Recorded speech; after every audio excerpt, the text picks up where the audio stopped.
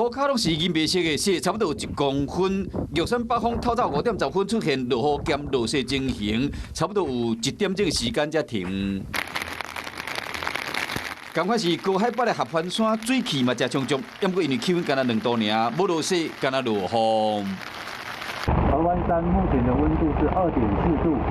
那目前还在持续的下雨当中，请上山的游客注意行车安全。气象站讲，这波风面通过了，虽然有带来充足的水汽，不过透早的气温又无够低，合欢山估计都在暗时较有可能落雪。在合欢山，因为水汽还算足够，今天白天跟明天清晨之前是有机会降雪的。气象站嘛估计，因为水汽慢慢减少，若是明仔载透早无落雪，就要等到拜六水汽增加，较悬的山才有可能有落雪机会。